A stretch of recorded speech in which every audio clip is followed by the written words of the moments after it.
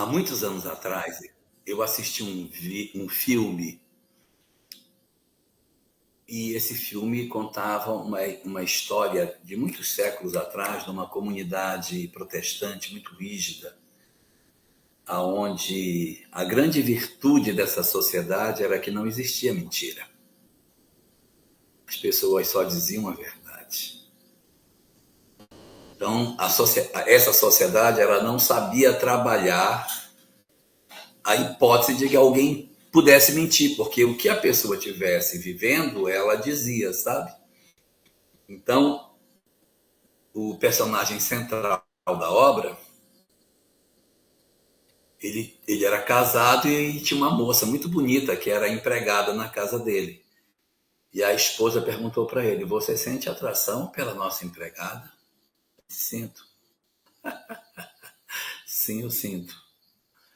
Porque ninguém mentia. Então, assim, o todo é criado dentro dessa perspectiva, só que vem um grupo de meninas que começa a criar uma história e os adultos não sabem lidar com a mentira.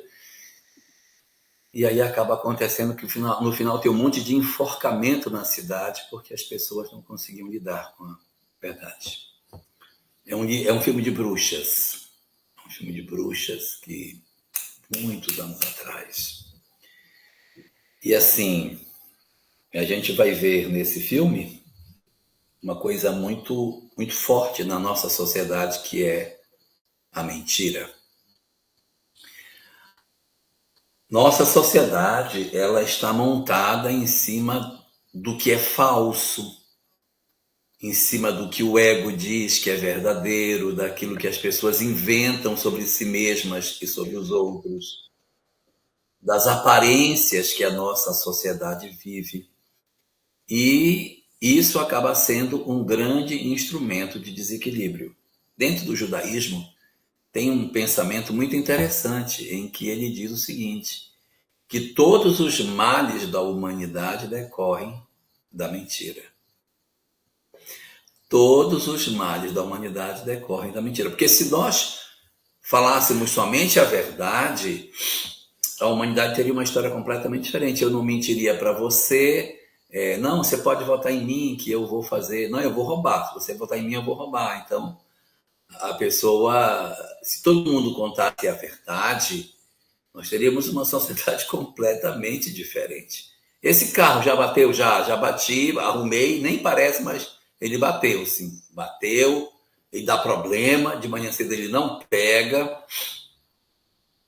Então, como nós teríamos uma outra sociedade se nós retirássemos da nossa sociedade apenas esse elemento, né? A chamada mentira. E dentro do texto bíblico existe um versículo que diz que o Satanás é o pai da mentira. Por quê? Porque essa habilidade de mentir, de falsear a verdade, é que gera todo um conjunto de sofrimentos na humanidade. Então ele acaba sendo o pai da mentira.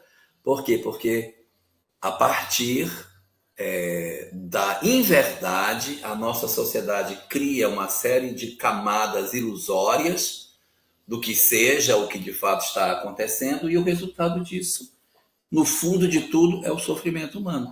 Que o que vai acontecer no final é o sofrimento, em virtude da ilusão que a mentira produz na sociedade em que vivemos. Né?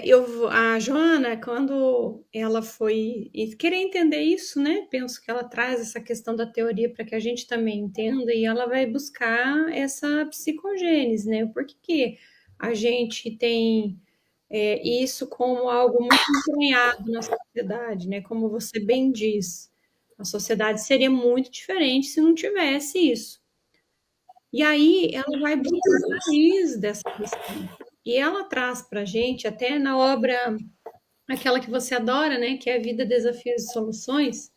Ela tem no capítulo 3 um Uhum. subitem que se chama necessidade da mentira. Então, qual que é a necessidade da mentira? E ela vai trazer que o indivíduo, no processo de formação da personalidade dele, ainda no início da infância, por alguma razão que ele tenha entendido que era importante que ele fizesse uma alteração dos fatos ou das ocorrências, de modo a não ser nem punido ou não ser rejeitado, né, ou não ser castigado, ele criou, de certa forma, uma fantasia, ele cria ali uma história que ele conta e que entendeu, de alguma maneira, que aquilo estaria o beneficiando, trazendo para ele algum tipo de consequência positiva naquela situação. Então, ela vai também comentar que ele se acaba se tornando um mecanismo de defesa contra alguma coisa que o indivíduo teme enfrentar. Então, pode ser isso que a gente citou, sobre a rejeição, ou uma punição, o medo de não ser aceito na sociedade, de não ser compreendido, ou até mesmo, tem aqui nessa obra, tem um fator que ela traz que eu achei muito interessante, que ela chama que se trata de um conflito de personalidade, ou seja, o indivíduo que forma uma personalidade neurótica, ele acaba por entender que a vida ela pode ser mais colorida se ela for vista pela via da fantasia. Então, a minha vida eu enxergo como uma vida sem graça, sem muito fundamento, sem muitas aventuras, sem muita emoção, sem muitas coisas boas. Então, eu crio uma ilusão acerca de uma vida que eu gostaria de ter, mas que não é a minha vida real. E isso, com o passar do tempo, ele vai se tornando um vício. Né? Ele vai se tornando uma repetição. Tem até aquela vai cristalizando, né? Exatamente. Tem até aquela frase na sociedade que você diz assim, uma mentira contada mais de 1000 vezes, ela se torna verdade, não é? Então, ela vai se tornando como se fosse uma verdade mesmo. E aí nós vamos encontrar uma gênese, a gênese de muitos problemas daí. Por quê? Porque muitos de nós vamos tomar na medida em que a gente admite que isso seja o estado normal, que o certo é mentir mesmo, que o certo é não dizer aquilo que seja o real, nós acabamos caindo num quadro através do qual as nossas vidas veem como um fenômeno que não está presente na lei natural, que é mentir, né? Então nós nos tornamos presas das nossas próprias imperfeições e criamos para nós sofrimentos desnecessários para as nossas existências a partir da hora em que diz, não, eu vou criar você acaba vivendo num quadro constante processo que você não consegue acessar o seu eu profundo. Isso aí é o ponto mais importante da questão da mentira, né? Que é a mentira e o eu. Esse é o grande problema. E que interessante, né, Jorge, que ela diz assim, e você até de certa forma já citou, isso está tão entranhado na sociedade, se tornou tão habitual essa questão da distorção dos fatos, e a Joana traz assim que nós criamos para nós a tal da mentira branca. Aquela que nós consideramos assim, mas é uma mentirinha, é uma história que você conta para evitar situações desagradáveis, caso se em algum momento a verdade viesse à tona. Então, é uma espécie de aceitação social da mentira. O quanto isso está numa característica de um povo, culturalmente falando, né? Isso é como se fosse uma consequência. Então, nós acabamos por ter essas distorções da realidade, acabamos por ter esse tipo de comportamento, e isso não é muito considerado como algo digno de ser rechaçado pela sociedade, por exemplo. Então, nós aprendemos isso desde o início, para evitar algum tipo de dissabor ou desconforto, e vamos continuando assim na vida. E detalhe, né? Então, se a gente encontra na codificação uma informação que nós temos, nós nos comprazemos ainda no mal. Então, existe um prazer de fazer esse tipo de adotar esse tipo de postura, nessa fuga neurótica da realidade, como ela diz, né? E a ponto de o tempo inteiro você estar inventando situações, e quanto mais você inventa situações, deixando essa tua vida mais colorida, melhor, você coloca um acréscimo para que ela se sustente. E aí você tem que inventar uma outra mentira para sustentar a primeira e assim sucessivamente. E nesse movimento, nós acabamos por inventar mentiras não apenas a respeito da nossa vida, mas a respeito da vida do outro. Então é quando a gente dá aquela pernadinha para inserir a maldade ali. Quando nós começamos, por exemplo, a falar mal do outro, a falar mal da vida do outro, da experiência do outro, da história, isso acaba se tornando uma faceta que acostuma, e aí a gente já nem sabe mais direito como que nós somos, né? O quanto a gente inventa história, né? Inventa situações completamente diferentes, né?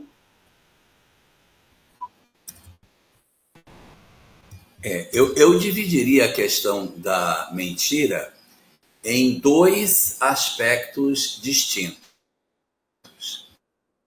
Existe um tipo de mentira que é a mentira na relação com o outro, a mentira que eu crio, uma relação conjugal em que eu minto para o meu parceiro, eu visto uma máscara.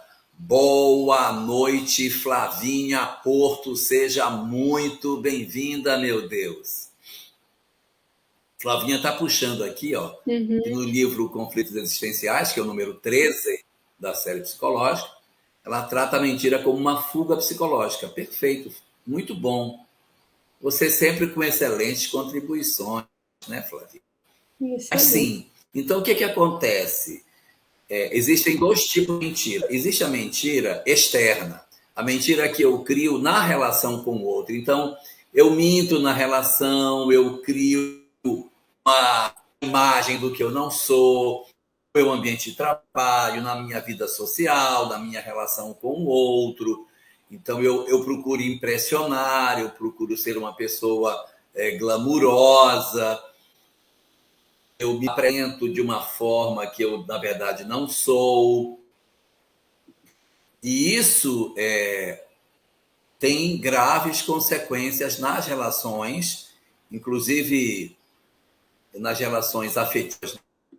A gente desenvolve um relacionamento afetivo com outro alguém. É muito comum as pessoas vestirem máscaras no começo dessas relações, mas que depois essas máscaras de cera elas vão se derreter, porque elas não suportarão o calor da convivência, o atritar da convivência, o aquecimento das relações. Boa noite, Nice Bucher. Seja muito bem-vinda. Chegou aqui então, também. Na hora em que a gente... Chegou também aqui o José Aparecido e a Célia. E mais gente, né? Luciana Mendonça, muita gente chegou aqui. Que legal. Muito bom. Muito bom. Então, mas o que eu quero dizer é assim, é uma mentira por conta da minha sobrevivência social, da minha sobrevivência afetiva, da minha sobrevivência profissional. Você mandou o e-mail? Mandei. Não mandou. Mandei. Já fez o relatório? Já não fez. Então, a gente mente para ter um melhor êxito, um melhor desempenho nesse sentido. Então, sim, todas essas são mentiras externas, são mentiras para a relação da criatura com outras criaturas. Posso fazer Mas tem uma segunda mentira. Posso fazer um adendo nessa, antes de você passar para a segunda? sobre, Pode, isso, sobre claro. as transferências que nós fazemos, né, em relação ao outro. Então, por exemplo, quando eu entendi com a criança, lá quando eu era criança, de que toda vez que eu fazia, trazia uma fantasia e essa mentira era muito bem contada, eu narrava uma história tão bem urdida, tão bem amarrada os pontos, que eu me tornei especialista nisso. Eu tinha muito receio, muito medo de ser repreendido pelo pai ou pela mãe ou por alguém para esse tipo de repreensão física, às vezes, né? Dependendo de como era nosso contexto familiar, e isso é muito comum, né? Que as crianças de outros tempos elas sofriam castigos, né? Acerca de algumas atitudes, por menor que fossem, elas tinham esse tipo de movimento. E aí, elas continuam fazendo isso na vida adulta. Você citou um exemplo interessante. Eu transfiro aquela faceta hierárquica do pai e da mãe para o patrão, por exemplo, né? O meu superior no meu ambiente de trabalho, ou para a esposa, ou para o esposo, né? Então eu transfiro aquela estrutura hierárquica para o outro e continuo tendo os mesmos comportamentos. Então, a gente começa a inventar mentirinhas que parecem bestas, que são desnecessárias, mas por uma questão de hábito. E o quanto isso vem nos causando mal, né? Eu acho que isso é um ponto importante, porque a gente começa a perder a credibilidade em relação aos outros, perder a credibilidade em relação aos nossos companheiros, as relações ficam mais rasas, né? Ah, fulano não dá para contar para, não dá para acreditar muito no que ele diz, Sim. não, porque toda hora ele vem com história. E aí, quando ele realmente estiver falando a verdade, as pessoas não vão acreditar, né, Jorge? Mas daí você pode falar outra que eu acho que essa é bem Vamos legal. saber quando. Segunda aí. Então, a gente cria uma sociedade em que as pessoas se habituam a esse ambiente de mentira e as pessoas vão sobrevivendo. Relações conjugais vão sobrevivendo dentro desse cenário. E eu estava vendo aqui um comentário que passou, eu não Qual que vou é? recordar quem colocou, mas assim, que dá muito trabalho. Ah, tá aqui, é a Ângela. Da Ângela. Sustentar a mentira dá muito trabalho. É verdade. Uhum. É porque para você sustentar a primeira, tem que inventar uma segunda, a terceira, a quarta, e aí é muito complicado. Quando você, por exemplo, tem uma vida, relacionamentos extraconjugais, isso é um inferno na vida da pessoa. Porque a pessoa tem que ser duas pessoas dentro de uma, ela se atrapalha e você tem que mentir sistematicamente. É uma loucura. Então, aí nós temos um tipo de mentira, um tipo. Todas essas, que são mentiras relacionais, elas têm por objetivo a sobrevivência da relação. Uhum. Mas há um segundo tipo de mentira. E esse segundo tipo de mentira, ele é muito mais pernicioso do que o outro. É aquele através do qual eu minto tanto para fora que para mentir com veracidade, aqui o Eduardo fala, às vezes a mentira é tão bem contada que o outro acredita que realmente é verdade. É nisso aí que eu quero chegar. Nós utilizamos este recurso com tanta propriedade que nós mesmos acreditamos no que nós dissemos e com isso nós acabamos por não nos conhecer. E esse é o grave problema. Então, qual é o maior problema da mentira? Além de todos os conflitos relacionais que você cria pela mentira, pelo falsear da verdade, existe o problema de você não se conhecer. Porque eu não faço contato comigo. Eu Uhum. faço contato com a máscara que eu criei de mim mesmo, com a ilusão que eu criei daquilo que eu de fato sou. E eu não acesso o que de fato eu verdadeiramente sou. Vou dar um exemplo. Você pode ter um pai que papai é muito legal. Papai é muito legal. Por quê? Papai permite que a gente faça tudo que a gente quer ele deixa. Ele é muito legal. Então eu acabo embarcando nessa prática e desenvolvo um comportamento permissivo que convence a mim mesmo de que eu sou um bom pai, e aí eu faço um processo de estagnação. Eu estagno nesse estágio e crio uma repetição de como para ser um bom pai, eu digo sempre sim. Então, como nós não nos conhecemos, porque a gente acaba, não, eu sou um pai, eu digo, meus filhos me adoram. Eles, na verdade, gostam do fato de você ser permissivo, mas você nem sequer sabe que você não é um bom pai. Você acredita que você é uma boa pessoa, mas você, de repente, até nem é. Tanto pode acontecer o aspecto de você acreditar naquilo que você não é, no sentido positivo, como existe a condição de você acreditar naquilo que você não é, no sentido negativo. Que são os complexos, em que a pessoa se veste com uma capa, acredita que ela é aquilo que ela crê sobre si mesma, mas ela tem uma leitura distorcida.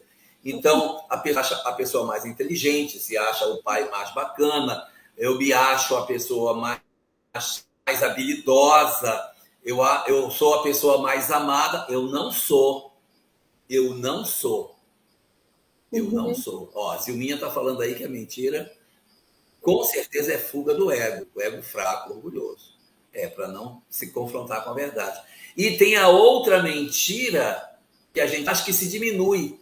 Ai, coitadinho de mim.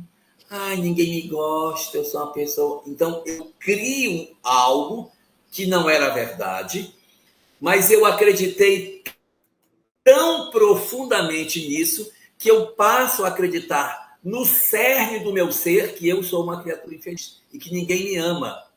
Quando aparece alguém que diz que me ama, aí eu digo, não é verdade que ninguém me ama, né? Você não pode me amar. Então a pessoa rechaça a própria possibilidade de se autocurar. Por quê? Porque ela se encastela numa crença equivocada sobre si mesma. Então nós temos aqui duas grandes vertentes desse processo da mentira. A mentira que se faz para fora de mim e a mentira que eu crio sobre mim mesmo, que impede que quem eu sou, atravessando a existência, desperdício de oportunidade que acredito ou melhor ou pior do que aquilo que verdadeiramente sou. E detalhe, né, Jorge? A gente tem uma consequência a respeito desse comportamento de mentira, né, que você traz muito bem, né? Porque o movimento de autoconhecimento é conhecer a verdade. A sociedade, ela não está preparada também a receber a verdade. Porque há aqueles indivíduos que são mais íntegros naquilo que pensam e que não adotam muito esse tipo de disfarçatez, ou porque de repente trazem como uma característica deles, né? Às vezes até por conta de algum tipo de síndrome ou coisa do tipo, perde um pouco esse filtro social e acaba falando mais aquilo que pensa, e a nossa sociedade ela não aceita. Então, como que a gente é educado em casa? Né? Ah, fulano, você não pode falar assim para a vovó que você não gostou do presente que ela te deu de aniversário. Né? Você tem que dizer muito obrigada e que você achou lindo. Então, a nossa educação, ela permeia a questão da mentira sem que a gente perceba isso, né? E aí, o que acontece? Isso se dá por uma consequência aí a respeito da nossa questão moral. É o que você falou, que é o mentir para si mesmo. é não ser honesto consigo. E aí a Joana vai dizer que, como consequência da mentira, desse hábito da mentira, nós acabamos por ter essa ausência da inteireza moral, não é? Então nós somos indivíduos fragmentados. Eu não olho, eu começo a corromper os meus valores internos a fim de me adequar a uma sociedade que traz como a mentira como algo aceito, como algo bem posto, né, nessa sociedade. Então, assim, as pessoas mentem e é isso, né? Então, eu preciso corromper com as minhas verdades a fim de me adequar a isso. Então, isso fere muito a nossa natureza, porque o movimento do autoconhecimento, como a gente disse, que veio até pela fala do Cristo, né, que é conhecer a verdade. E essa verdade nos libertaria, não condiz com a questão da mentira, porque toda vez que eu estou enganando a mim mesmo, né, então estou, por exemplo, num relacionamento ruim e me engano com a idealização de que esse casamento possa vir melhorar, ou estou numa questão de emprego que eu não gosto daquilo, eu não ganho o suficiente, eu não me sinto valorizado, seja lá o que for, eu não tenho coragem, eu não consigo assumir essa verdade para mim, porque eu tenho medo do confronto, eu tenho medo de dizer o que eu penso, né? Então é aquilo que a gente falou lá atrás. Então eu transfiro aquela hierarquia daquele pai, daquela mãe que ficava numa posição de punição para outros. E aí a gente só repete o comportamento, mudam os personagens, mas o comportamento é o mesmo, né? Então existe o que no indivíduo? Uma insegurança interior o tempo inteiro, que, segundo a Joana, né, ela coloca a questão da mentira como uma consequência das emoções que estão por trás, como, por exemplo, a raiva, né? Essa dependência emocional do outro, a instabilidade emocional, como, por exemplo, o sentimento de culpa, o ressentimento. Então, por trás disso tudo está esse tipo de emoção. E a gente exterioriza por meio da mentira, porque aquela experiência é muito conflitiva, né? Muito desagradável para que a gente viva. E quantos desses indivíduos, né, inseguros e atormentados, não degringolam para outros tipos de vícios, como, por exemplo, a droga, o álcool, os jogos, as lutas, né, o tempo inteiro você está ali, ou então entra num movimento de queixa, de lamentação, porque está numa tentativa de exteriorizar aquilo que sente, né, essa amargura, esse ressentimento, e aí mentem para si mesmos, você vê. Isso é um mecanismo de fuga, como bem lembrou aqui a Flavinha Porto, né? Que ela traz no Conflitos Existenciais como a mendacidade, né? Ela chama a mendacidade, você vê, ela cria até uma espécie de patologia para esse comportamento que a gente tem. Ó, queria só destacar uma coisa, que quando a gente estuda lá na psicologia os chamados mecanismos de fuga do ego, todos eles são estratégias de mentira. Então, eu tenho uma tendência para o lado, aí eu compenso para o outro. Então, essa estratégia de compensar, de fazer compensação, é mentindo para mim mesmo daquilo que de fato me interessa. Então, Exato. eu sou uma pessoa inamente promíscua, eu me visto toda de santa para parecer que eu não sou. Quando você tem o deslocamento, que é você agredir uma pessoa que de repente não tem nada a ver com o que aconteceu, também você está falseando uma realidade. Você está agredindo o outro. Quando você faz uma projeção, que é eu acusar uma pessoa daquilo que de fato não tem nada a ver, isso, quem gosta de fazer muito isso é marido. Eu perdi a entrada do trevo por sua culpa. Porque você estava aí, eu me atrapalhei. Não, quem está dirigindo é ele, né?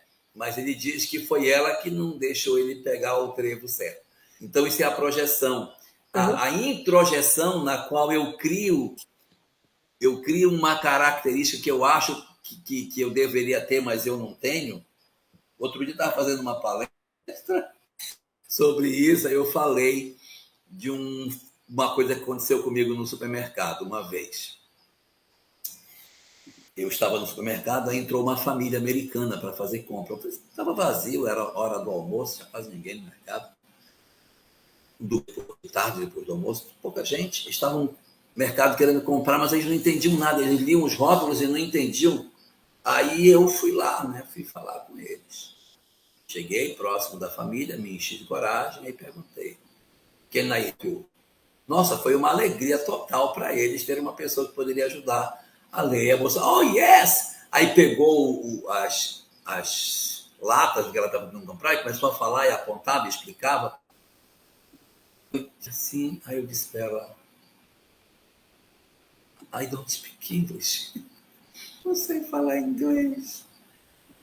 E aí eu disse, vamos ver se eu consigo. Aí com muita luta, com muita mímica, a gente conseguiu chegar numa questão. Aí em casa aconteceu isso, aí contei para ela assim, mas por que você fez isso? Você nem fala inglês, por que você fez isso? Disse, não, é porque você estuda inglês. Aí eu vejo você estudando, eu achei que eu também sabia. Mas quem estuda inglês sou eu, não é você. Você não estuda inglês, quem estuda inglês sou eu. Né? E a maior de todas essas mentiras a gente encontra na chamada racionalização, que é o fruto específico do raciocínio. Quando eu justificar o erro, transferindo a culpa para o outro, naquele gaslighting que hoje o pessoal tanto fala, né? Em que eu digo assim, eu bati nela, mas mereceu. Então, eu distorço a realidade a ponto de me colocar na condição de ser o certo. Olha o que você me fez fazer. Exatamente, olha o que você me fez fazer. Eu transfiro de mim para o outro a responsabilidade pelo feito. Isso é um mecanismo de defesa do ego. É fuga, sem dúvida. E aí, por trás de tudo isso, a mentira. A mentira. E depois eu comento um outro aspecto que eu queria comentar. Depois eu falo uma coisa que eu acho que é importante. Pode falar, mas só se você quer um tempo aí, de repente. Mas, ó... É que outro assunto. Tá, tem um comentário da Lucy Wolff que eu adorei, assim, eu acho que ela comentou aqui, ó. Muitas pessoas nas redes sociais vivem na mentira. Elas trazem uma história fantasiosa e quantas delas não estão adoecendo por conta disso, né? Então, assim, o tempo inteiro eu estou me vitimizando também. A minha vida é difícil, minha vida é complexa, pobre de mim. Então, e às vezes eu vou inventando mentiras para sustentar que eu sou esse ser humano complexo e que eu tenho dificuldade. Maravilhoso. Isso, e eu quero chamar atenção em relação a isso, né? Eu quero receber a atenção dos outros, enfim. Então eu vou criando essas coisas, né? Vou Você quer ver? outras histórias. Pois não, pode falar. Mistificação. Mistificação de médium. O médium quer ser reconhecido no grupo mediúnico. Aí ele mistifica. Ele faz um teatro de que está acontecendo alguma coisa, mas não tem nada de mediúnico ali, na expectativa de que ele possa ser visto pelo grupo com outro status, como se ser médium desse a alguém uma condição de status diferenciado, né?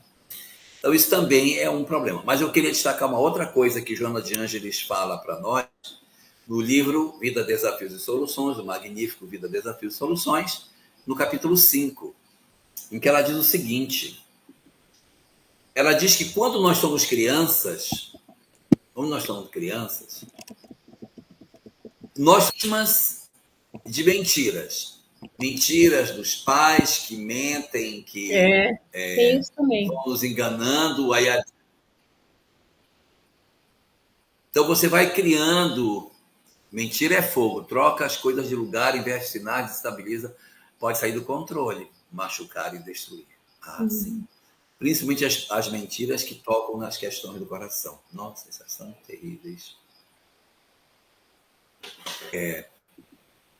Às vezes, as crianças, elas são crescidas num ambiente de mentira, né? Então, por exemplo, minha mãe, se é minha mãe tem uma irmã adotiva, eu, tenho uma irmã adotiva. Então, como é que minha mãe contou para minha irmã que ela era adotiva? Quando ela era bem pequenininha, minha mãe disse assim: olha,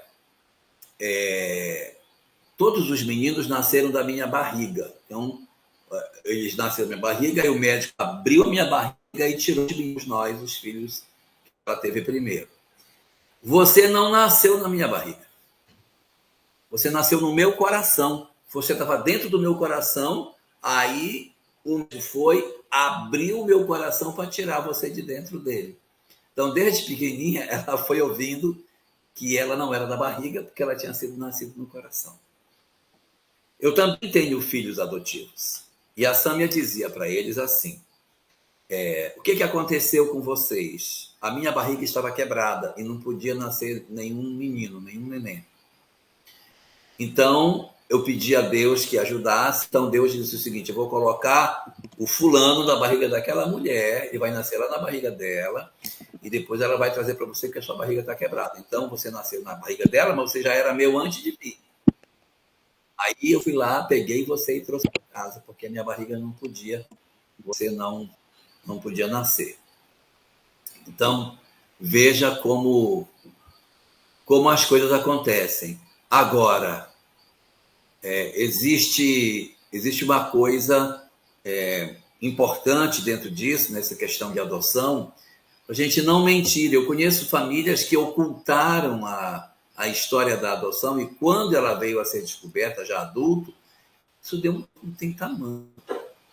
A descoberta de que você não é biologicamente pertencente àquele grupo familiar é muito difícil. Então, é muito importante que a gente não crie mentiras nesse mecanismo. Voltando ao que eu queria dizer, que eu não comentei ainda, melhorou meu áudio, Adriane? Melhorou um pouco, sim. Uhum. Ou continua ruim? Não, já está melhor. Não tá como... Melhorou um pouco. Veja aí o pessoal de casa, ver como é que tá. Então, olha, eu fiquei muito chateado com uma mentira que não foi bem explicada para mim. Fiquei muito chateado. Mas deixa eu comentar o que eu quero falar, que eu acho que é relevante isso. A criança, quando ela é vítima de um processo de mentira, ela pode crescer sequelada com a ideia do desamor, porque a mentira por trás, ela é entendida como um desrespeito à minha afeto, né? Então, alguns indivíduos, é claro que não vai acontecer com todos, podem desenvolver uma natureza de revolta, de inaceitação da realidade, de viver em confronto com o mundo em que ele está, como uma forma de punir o mundo que mentiu para ele. Não sei se eu me faço claro no que eu quero dizer. É o que Joana levanta no capítulo 5 da obra número 8. E aí, na medida em essa criança se desenvolve dentro de um ambiente de revolta, ela pode buscar estratégias de punição da sociedade através de então, eu não presto, né? Que mentiram para mim. Eu sou uma criatura que não merecia a verdade. Então, como eu vivo numa mentira, eu punirei a sociedade que eu odeio por aquilo que me foi negado. E podem se tornar indivíduos desajustados para os aspectos da violência, da criminalidade, do próprio vício, Exatamente. criando uma conduta de uma mentira que desconstruiu a possibilidade da pessoa fazer a própria vida. Tá ruim teu som, viu? Tá bem ruim de entender. Mas assim, ó, a gente fica pensando, né, também nesse exemplo que você trouxe, que é muito bom, inclusive, Porque o tempo inteiro nós estamos buscando resgatar a nossa história. Quando nós tomamos conhecimento dessa história, nós gostamos muito de saber, por exemplo, quem foi o nosso pai, o que, que ele fez, o que, que ele deixou de fazer, as lutas que ele teve enquanto era jovem, as conquistas dele. Então, esse revisitar da história, ele dá uma sensação de pertencimento tão gigante que é como se assim, eu me sinto parte dessa história, eu faço parte desse grupo, eu faço parte disso tudo e eu estou no meu lugar. Então, isso traz um aconchego emocional muito poderoso para o indivíduo. Quando, num caso desse em que você conta, o sentimento que ele tem é de estar sem chão, sem fio, sem laço, sem história, sem memória, ou seja, ele não tem nada anterior a ele. Esse indivíduo, ele se sentindo sem história, é um sentimento de vazio, de não pertença, sabe? Sim. Então, assim, quem sou eu? Porque nós nos reconectamos, nós nos conectamos uns aos outros pelas histórias. Quando você me conta a tua história e eu me identifico de alguma forma sobre a minha história, eu conto a minha, nós nos sentimos traz um sentimento de irmandade, um sentimento Sim. de eu também vivi algo similar e isso nos conecta demais. Quando eu não tenho uma história para ser contada, é como se eu tivesse vivido uma experiência de mentira. Sim. Essa experiência de mentira ela me destrói, porque Nossa. tudo que eu fiz de opinião acerca de mim mesmo, ela não existe. Então é como se eu estivesse sendo lançado no nada, né? Então esse pertencimento não aconteceu. É como, por exemplo, quando você tem um relacionamento conjugal e você descobre que a pessoa com quem você convive anos não é quem você pensou que fosse. Perfeito. Os casos em que, por exemplo, esses conjugais, né? Uhum. Em que nós, Melhorou meu áudio? nossa, perfeito. Em que nós estivéssemos ali diante de uma pessoa, um psicopata.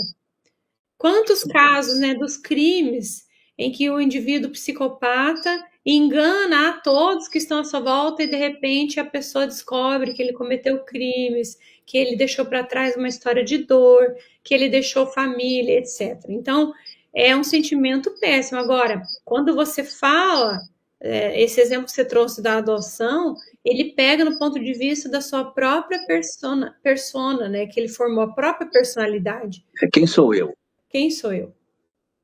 Então, por isso que assim eu fiz, Jorge, vou contar uma questão minha, me permita. Eu fiz há alguns anos atrás, eu e meu marido, um curso que aqui na minha cidade, quando você se dispõe à adoção, você hoje em dia não tem mais, dentro da lei, você não existe mais aquela adoção à brasileira que se fazia antigamente, né? Em que as pessoas davam os seus filhos umas para as outras para cuidar. Isso era até uma praxe comum, assim, era muito comum se Tenho fazer. dois assim.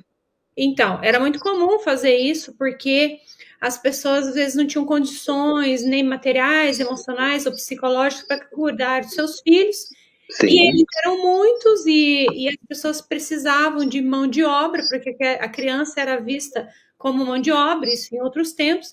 Então era comum você dar a criança para que outras pessoas criassem, era chamado assim. E isso era então, hoje o jurídico chama isso de adoção à brasileira. Com o tempo, depois do Estatuto da Criança e Adolescente, ele foi que caiu por terra essa questão da adoção à brasileira. Então, quando você se dispõe a adotar, você tem que fazer um curso. Aqui na nossa cidade é assim. Então, eu e Sandro, há muitos anos atrás, nós nos dispomos a adotar uma criança. E nesse curso, na época eu nem era psicóloga ainda, então para mim isso era realmente algo desconhecido. E foi falado de uma forma muito repetida essa questão assim da gente nunca ocultar a questão da história dessa criança, né? De que ela tinha aí uma história que deve ser Uhum. respeitada e tudo mais, e que agora ela faz parte disso. Por quê? Após os 18 anos, isso está na lei. ele tem o direito de saber quem são os seus pais. Porque o poder familiar, ele cai aos 18 anos. Então, a criança já não tem aquela obrigatoriedade de ter alguém que tenha a sua, como se chama? Guarda. Tutela, né? Sua guarda. Exatamente. Então, ele, por ele mesmo, ele consegue fazer as suas escolhas. Então, ele tem o direito de saber quem era a família de origem e ficar arquivado isso lá.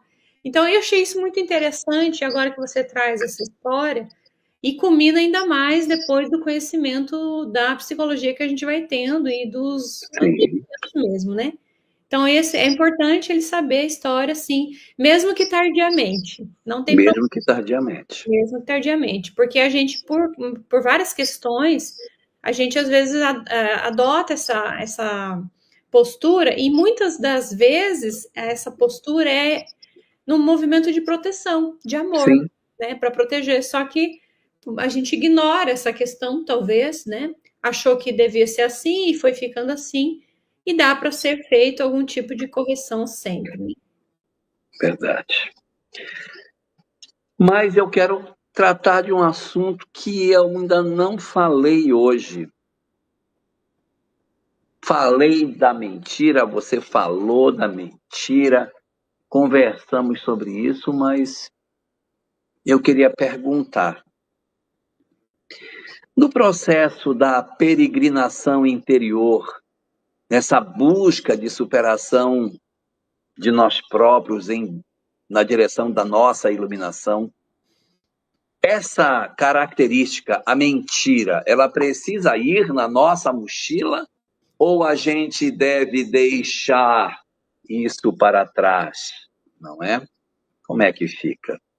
Eu acho que diante disso tudo que a gente comentou, né, das dificuldades que a mentira traz, claro, fica claro, né, que a gente deve deixar para trás, sim. Então, o que não levar nessa mochila, nesse processo de peregrinação, a mentira, não deve ser levada.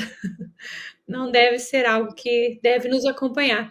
Porque a Joana traz como um movimento de superação disso, de cura disso, de terapia para isso, Uhum.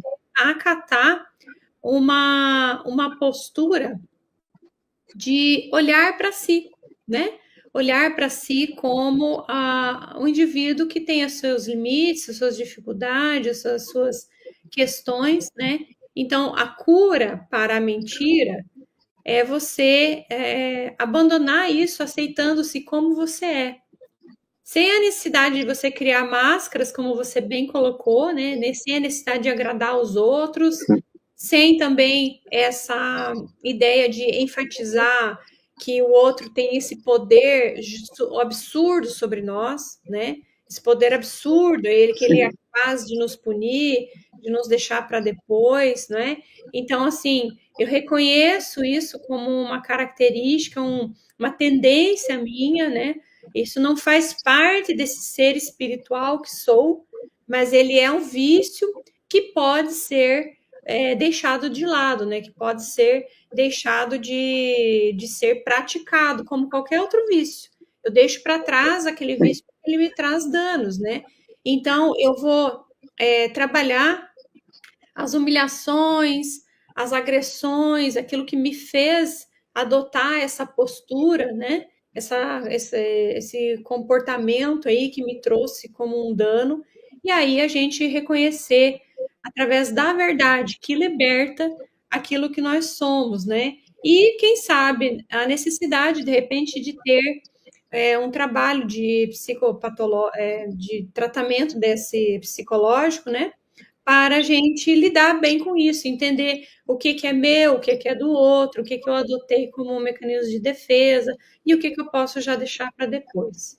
Acho que esse é um ponto. Olha, nós temos aí algumas perguntas para a gente trabalhar, não é? Mas antes de passar para as perguntas, eu queria só destacar um ponto que a gente roda, Uhum. vai para muitos lugares, lê fulano e lê Joana e lê Kardec e vai um monte de lugar, E quando a gente volta para o terapeuta divino, Jesus, ele diz: seja apenas o vosso falar, sim, sim, não, não. O Cristo já dizia isto: não mente, pelo amor de Deus, não mente. Seja verdadeiro. Seja verdadeiro nas suas relações. Seja verdadeiro nas coisas que você tem para realizar. E antes de passar para as perguntas, eu queria destacar aqui uma fala de Sócrates. Uma vez perguntaram para Sócrates qual é a receita para a felicidade. Se a receita para a felicidade é ter, como diziam os hedonistas, ou se a receita para a felicidade é não ter, como diziam os cínicos. É ter ou é não ter? Porque se eu não tiver, eu sou feliz, porque eu não tenho nada para perder, tá ótimo, né? Então, qual é a receita? É ter ou não ter? E o Sócrates disse, não é nem ter e nem não ter. A receita para a felicidade é ser. Como assim ser? Ser no sentido de nós sermos aquilo que a vida nos chama para sermos. Então, você coloca num papel quais são os papéis que você exerce na vida. Ah, eu sou esposa, sou esposo, eu sou mãe, eu sou filha, eu sou professor, eu sou médico, eu sou sei lá o quê. Escreva os papéis que a vida tem para você. Escreva, eu sou isso.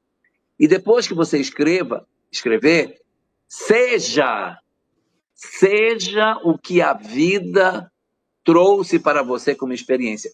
Porque isso é que traz felicidade. É ser o que a vida nos pediu para ser. Ah, você é mãe? Sou. Então seja, mas seja de verdade, não seja de mentirinha. Você é pai? Sou.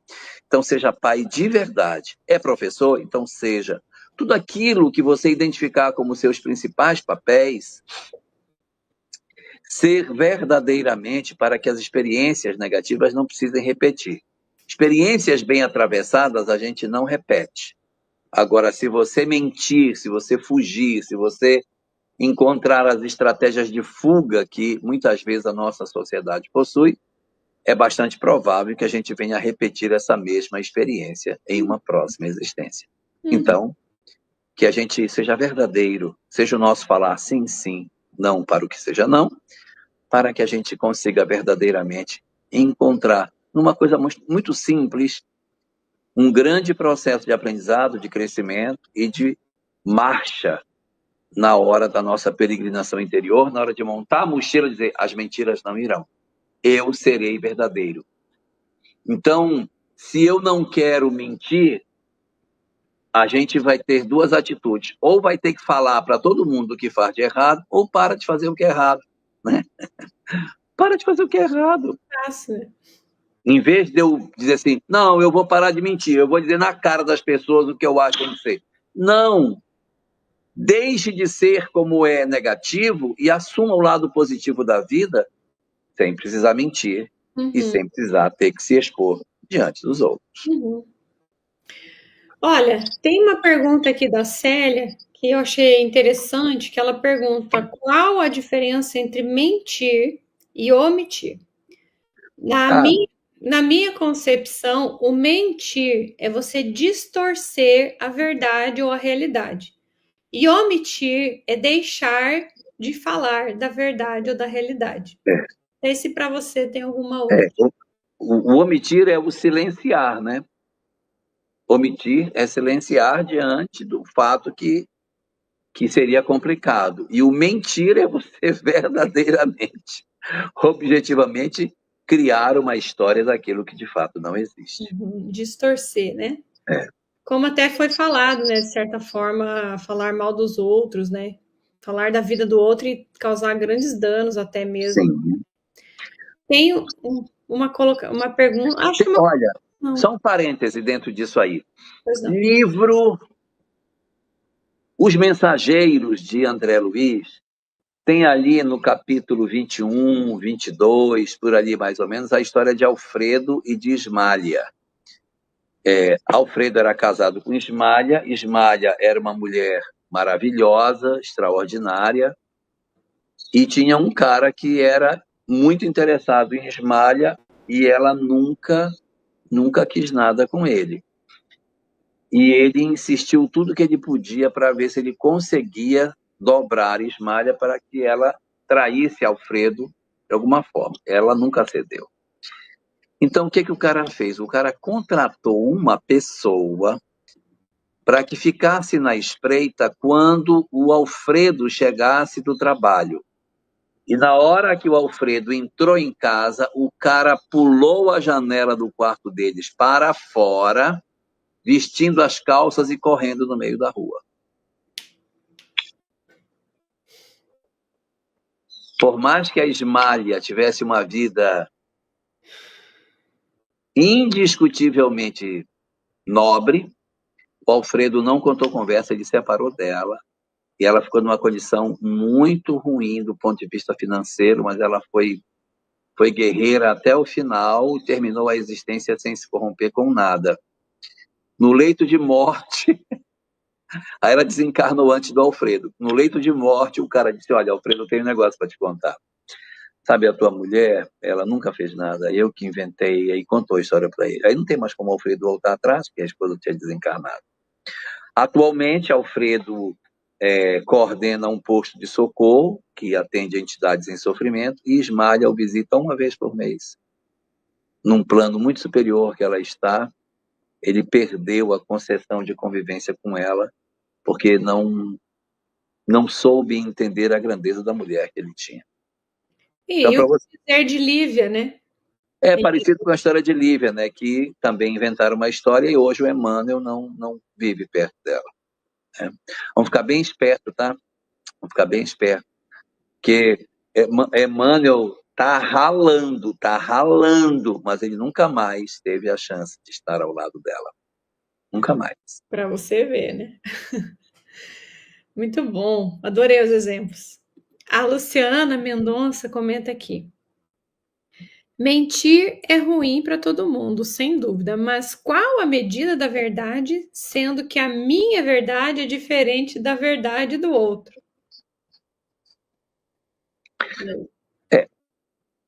Joana de Ângeles tem uma obra dela, que eu não vou lembrar agora qual é, que ela diz que sempre tem 3 verdades. A minha verdade, a sua verdade e a verdade verdadeira que nenhum dos dois conta. Quando você faz atendimento fraterno de casal, você conversa com o marido e ele fala da esposa, você acha a mulher um monstro. Aí no outro dia vem a esposa que comenta do marido e você acha o marido um outro monstro. Nossa, esse pessoal tão bonzinho, casado com monstros. Aí dias depois você vai no shopping e você vê um monstro de mão dada com a monstra. Aí você vai descobrir que a leitura que as pessoas fazem de quem seja seu cônjuge é totalmente distorcida. É uma coisa impressionante. É como a gente distorce a realidade daquilo que a vida de fato seja. Isso por quê? Porque nós nos habituamos tanto a mentir para nós mesmos que a gente acaba acreditando naquilo. A gente não faz autocrítica para verificar até onde são as nossas imperfeições que produzem determinados conflitos na nossa vida, principalmente vida conjugal, né? Aí você pergunta, qual é a medida? Olha, a gente não pode querer sair desta existência zerado, totalmente resolvido. Não vai, a gente ainda vai ter muita dificuldade. Mas o que a gente puder já perceber e puder evitar de mentir, melhor. A gente não pode assim, eu vou fazer uma mudança na minha vida, eu vou ser puro. Não vai, não vai.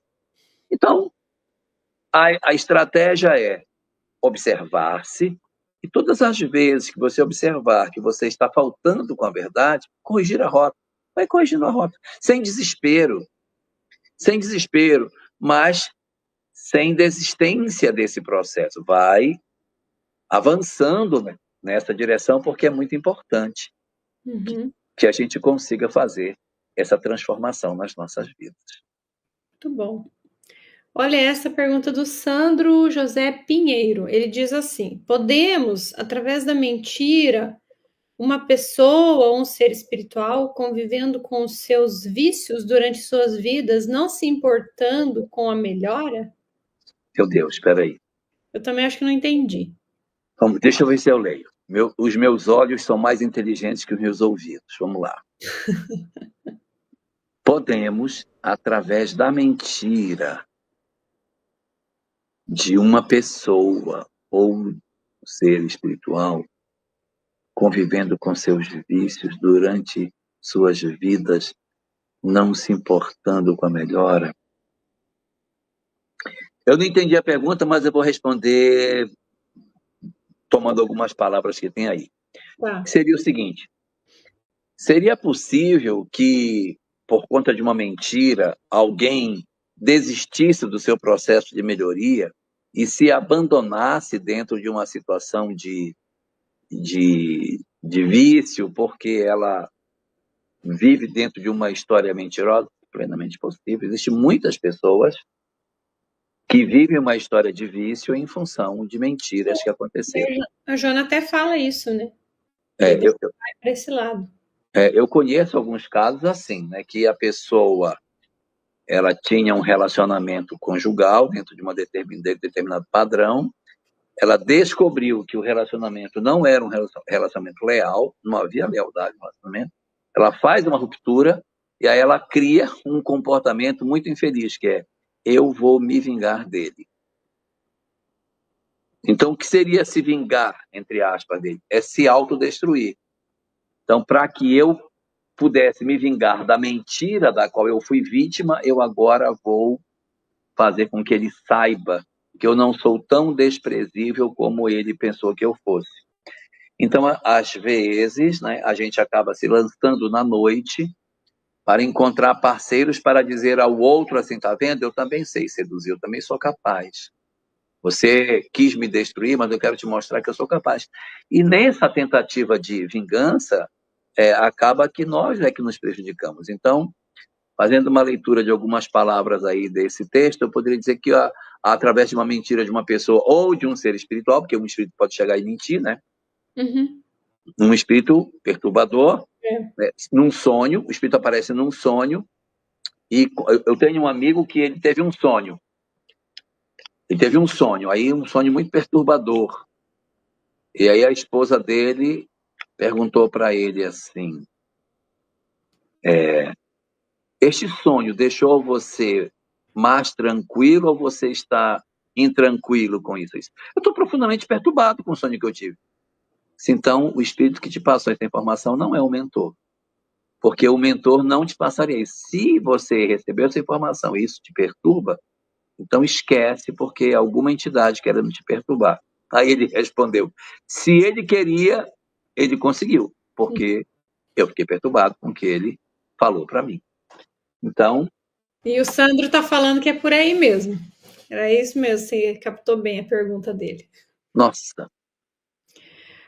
Olha só, então, tem aqui mais.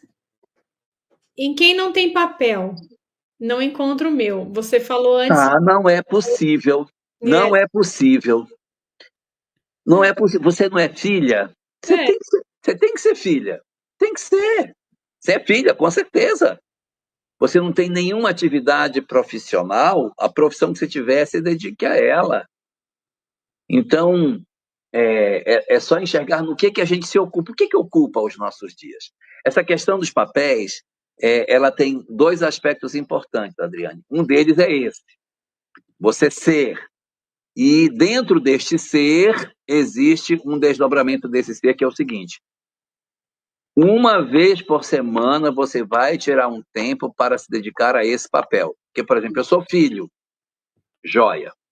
Há quanto tempo você não fala com sua mãe? Há quanto tempo você não liga para ela? Oi, mãe, tá tudo bem? Então, se você tem esse papel, uma vez por semana você tem que girar esse carrossel. Eu sou leitor, eu gosto de ler. Então, num dia, você vai ter que tirar um momento para você ler, que é para o seu coração ficar em paz. Senão você fica: meu Deus do céu, faz não sei quanto tempo que eu não leio. Falta, né? Estou em falta, eu sinto. Estou em falta. Uhum. Se você fizer relacionar seus papéis e criar uma rotina semanal para atender a esses papéis, o seu coração se tranquiliza, porque você vai dizer: faz muito tempo que eu não caminho, mas eu sei que eu não estou caminhando, porque quando eu olho a minha relação de atividades, caminhar, tá lá. Eu não fui porque eu tenho outras que eu entendi conscientemente que eram prioritárias. Então, acalma a gente, sabe? Isso mesmo. Tem uma pergunta da Mara Medeiros que eu gostaria de começar ela, se você me permite, que ela coloca assim, ó, é que eu senti um tom aqui, e ela pergunta assim, o que acontece quando jovens mentimos e hoje, depois de certa maturidade, não mentimos mais? Eu me sinto assim um sentimento de culpa, às Sim, vezes, uma pergunta dessa, né? Então, às vezes, uma postura que a gente teve num período de imaturidade e hoje reconhecemos, maravilha, não somos mais aquela pessoa. É isso, esse é o processo de crescimento que a gente sempre fala em todas as lives, em todos os trabalhos, o tempo inteiro a gente está falando de crescer, de evoluir, de se melhorar. Então, quando nós fizemos algo e depois a gente identifica, se você sente que é o caso de alguma forma resgatar isso, reparar, falar com alguma pessoa, faça. Se não, segue a vida não fazendo mais. E nada de culpa, nada de ficar preso nesse passado, né? Porque isso nos prejudica, tá? é. Então, Tem vezes que vale a pena voltar para pedir desculpa, como a Adriane está colocando. Tem vezes que não. é. Vou contar uma história rapidinha. Olha essa história. Hoje, eu estava conversando com uma pessoa, hoje ela me falando que ela saiu, ela foi para a noite, estava na noite, e aí uma roda de pessoas que ela nem conhecia, batendo papo, e depois de um tempo, ela disse, não, agora eu vou embora, eu preciso sair e tal. Aí se despediu dos outros que ela não conhecia, né? E aí pegou a pessoa que estava com ela estava com uma outra pessoa, a irmã dela, aí elas saíram. Quando elas foram saindo, uma das pessoas estava na mesa que ela não conhecia, eu queria falar com você. Pois não. Eu queria que você me perdoasse. Me perdoasse? Perdoasse por quê? Então, porque é, há, há 7 anos atrás, você tinha um relacionamento com fulano, não tinha assim? Eu tinha um relacionamento com ele. Pois é. E eu também tinha um relacionamento com ele. Ele era casado com você, mas a gente saía. Então eu queria que você me perdoasse pelo fato de eu ter feito isso com o teu casamento. Aí ela disse, olha, eu nem sabia que isso acontecia. Então, ela disse, guarda para você o que aconteceu, porque para mim isso não... Mas isso aí, o que que ela está dizendo com isso? Que ela não está em paz com essa atitude. Então, de repente, ela tem necessidade de pedir desculpas, Para né? ela é terapêutico, né? Para ela é terapêutico. Então, às vezes, assim, como você disse, né? Às vezes a pessoa não tomou conhecimento, e aí então passou, não teve não feriu diretamente, vai. Sim. Talvez sim, porque a relação ela divide a energia, então a pessoa vive uma vida dupla, então a energia não está posta ali, então de forma indireta afetou sim. Mas pelo fato dela não ter sabido, né, não ter tomado conhecimento, ela passou ilesa ali e de repente fosse até melhor não saber. Mas é aquilo, né? Às vezes a gente tem a necessidade de pedir desculpas para aliviar a si mesmo. A si mesma, né? Então às vezes é uma questão válida também, né? Enfim, vai depender de caso a caso, acho que. O que você acha, Jorge? Ah, com certeza, de caso a caso. Terapêutico para ela, com certeza, sem dúvida nenhuma. Sim. E aí tem uma pergunta da Márcia aqui que ela diz assim: e quem tem a mitomania, como fica isso, né? Então ele tem um vício na mentira, né? Aí é transtorno já, né? Daí já, a Joana chama, ó, eu vou copiar do livro aqui, ó. Ela chama isso de conflito de personalidade. Conflito de personalidade. Então, vamos dizer assim, se a gente fosse levar para o lado patológico, seria um transtorno de personalidade, ou seja, a personalidade que eu acho que sou, eu não sou. É um transtorno de personalidade. Então, eu digo que sou, seja quem for. Eu conto Napoleão Bonaparte. isso, eu conto uma narrativa, eu conto uma história e eu sou esse ser. Transtorno de personalidade. Então a Joana traz dessa forma, na obra Vida, Desafios e Soluções. Sempre ela. Sei. E aí tem 2 comentários bem bons aqui, né? O Akira, que mora no Japão, ele diz assim: dizer a verdade pode doer uma vez, mas a mentira pode doer toda uma vida. Sem dúvida. É muito legal isso que ele coloca, né? Porque você se libera, né, Jorge? Você se Sim. libera. Então, assim, falou, aquilo resolveu, pronto, passou. Aí a Camila fez um comentário também, ó. Já teve coisas que eu pensava e achava que fosse verdades. Falei. Depois mudei de ideia e me arrependo de ter falado. Ai, Acontece. Agora aprendo a silenciar o que não é para o bem. O meu sim, sim virou não, não. aí, Camila, é a questão de você. Isso é uma questão de amadurecimento, da gente aprender a não ser impulsivo diante das coisas. É muito comum a gente, quando é jovem, impulsivamente dá uma resposta, toma uma atitude de maneira impensada, né? E depois a gente, muitas vezes, até volta atrás naquilo, interpretou de maneira errada. Isso é muito comum, né? Faz parte. Uhum.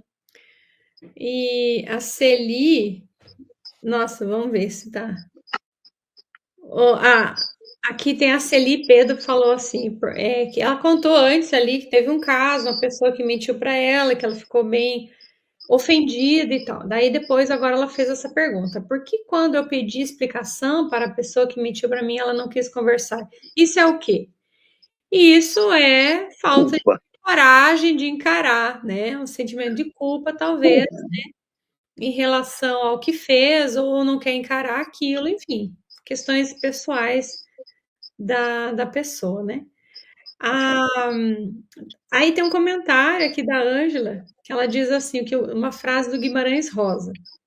No conto do Sagarana, ele diz assim: canta, canta, passarinho, mas não cantos fora de hora. Tudo no seu tempo, né? Tudo na sua condição. O pessoal está perguntando se você está ansioso, porque você está mexendo, não sei, É no. que eu estou tentando tirar uma peça de dentro do.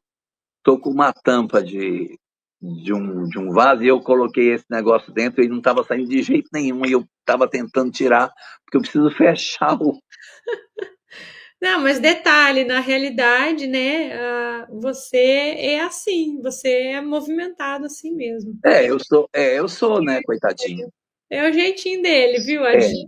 É o jeitinho agora, dele. E a gente gosta isso é de um galão de gasolina para a gente roçar a chácara. E eu tirei e tem que fechar o galão.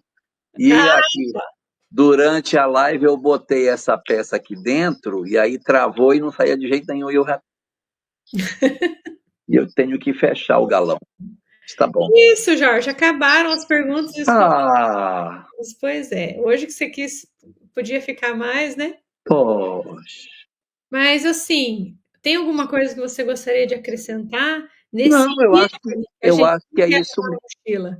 Eu acho que é isso mesmo. Eu acho que a grande questão é a gente identificar que nós não podemos trilhar o caminho da nossa iluminação na capa da mentira, né? A gente precisa Isso. se aproximar da verdade. Agora, ninguém pode tornar-se um paladino da verdade da noite para o dia. A gente vai identificando e vai desbastando, como um jardineiro que É. vai vendo as ervas e vai retirando, vai cuidando. Um jardineiro, ele não constrói um jardim num único dia, ele vai construindo o jardim com o tempo. Aí ele poda, aí a árvore cresce um pouquinho, ele dá uma arrumada. Depois de anos, quando você olha, o jardim está lindo, mas ele não monta um jardim num dia só.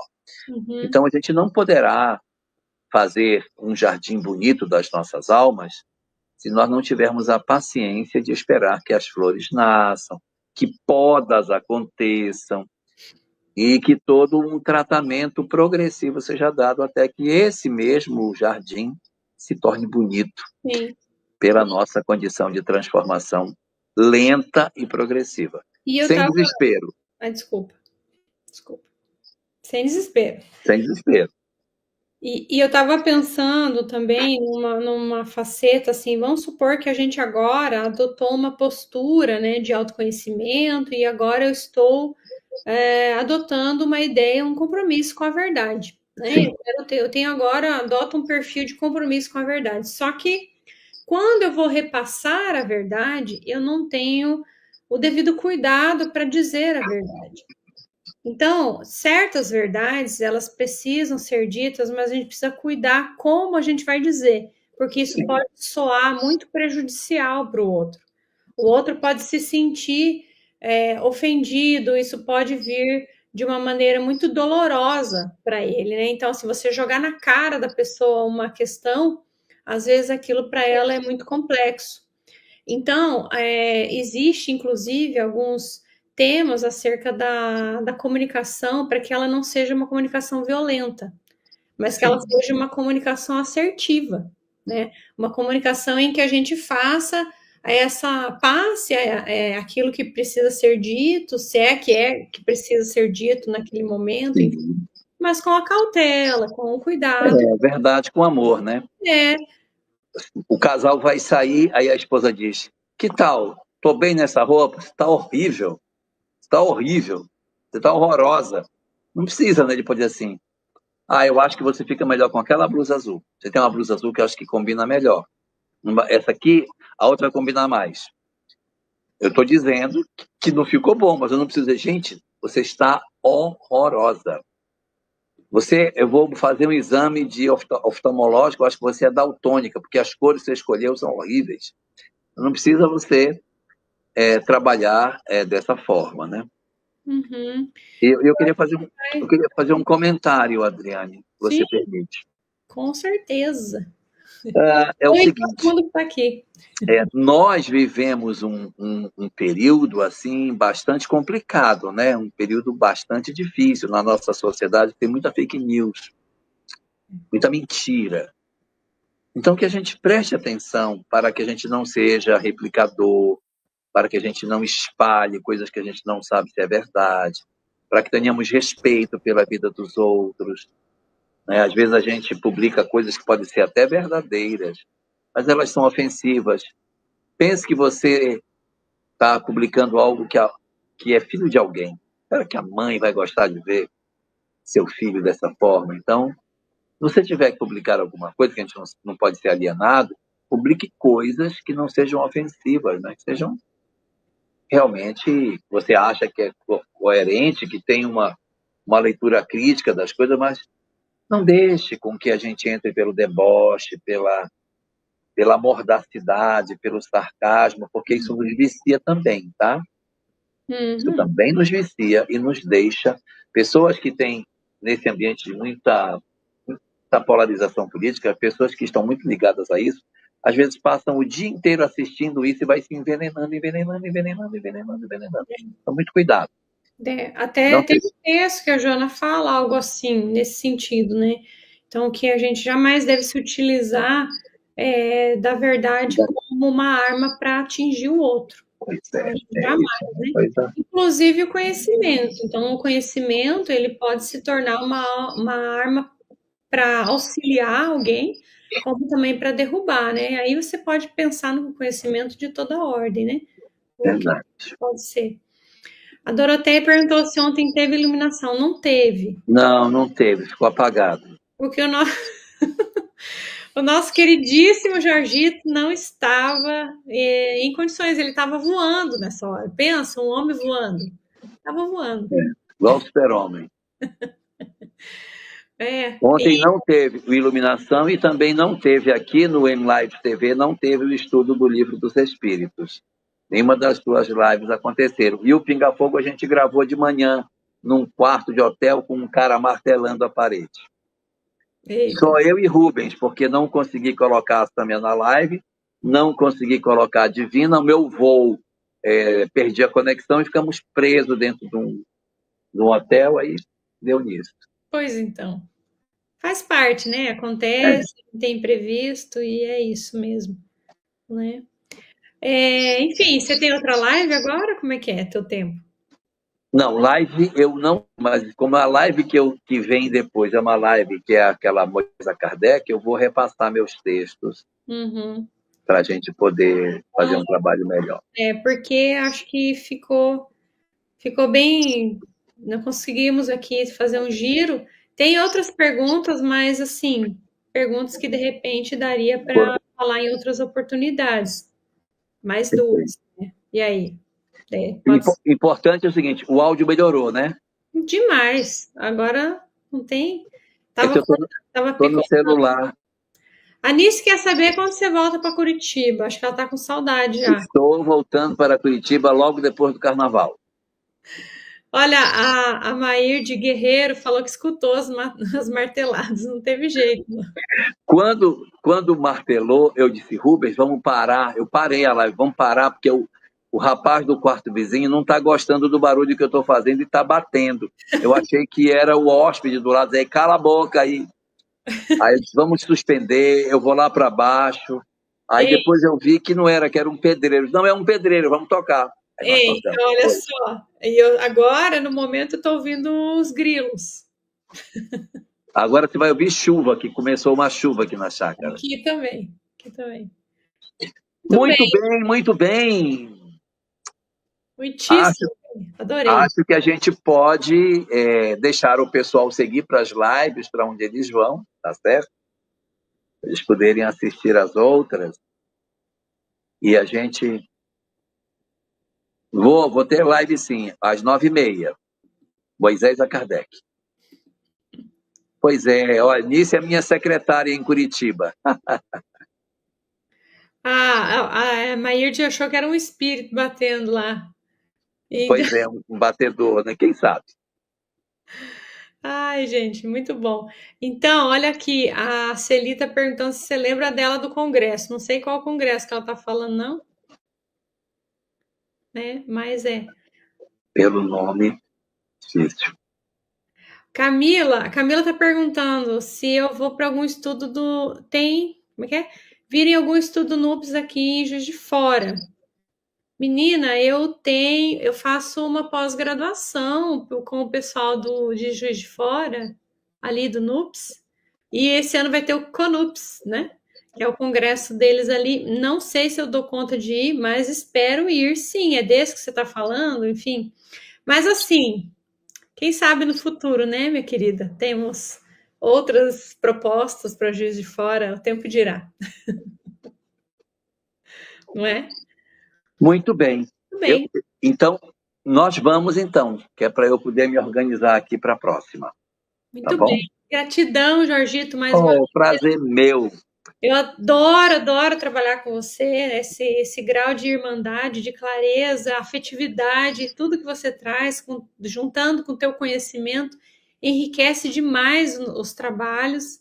Então, a gente agradeço demais. Agradeço, inclusive, os queridos que chegaram aqui ao vivo, os que vão ouvir depois, né, de doar o seu tempo, a sua atenção, a sua boa vontade para nos ouvir, né? E isso nos faz muito bem. Então, gratidão e até breve. Tchau, tchau.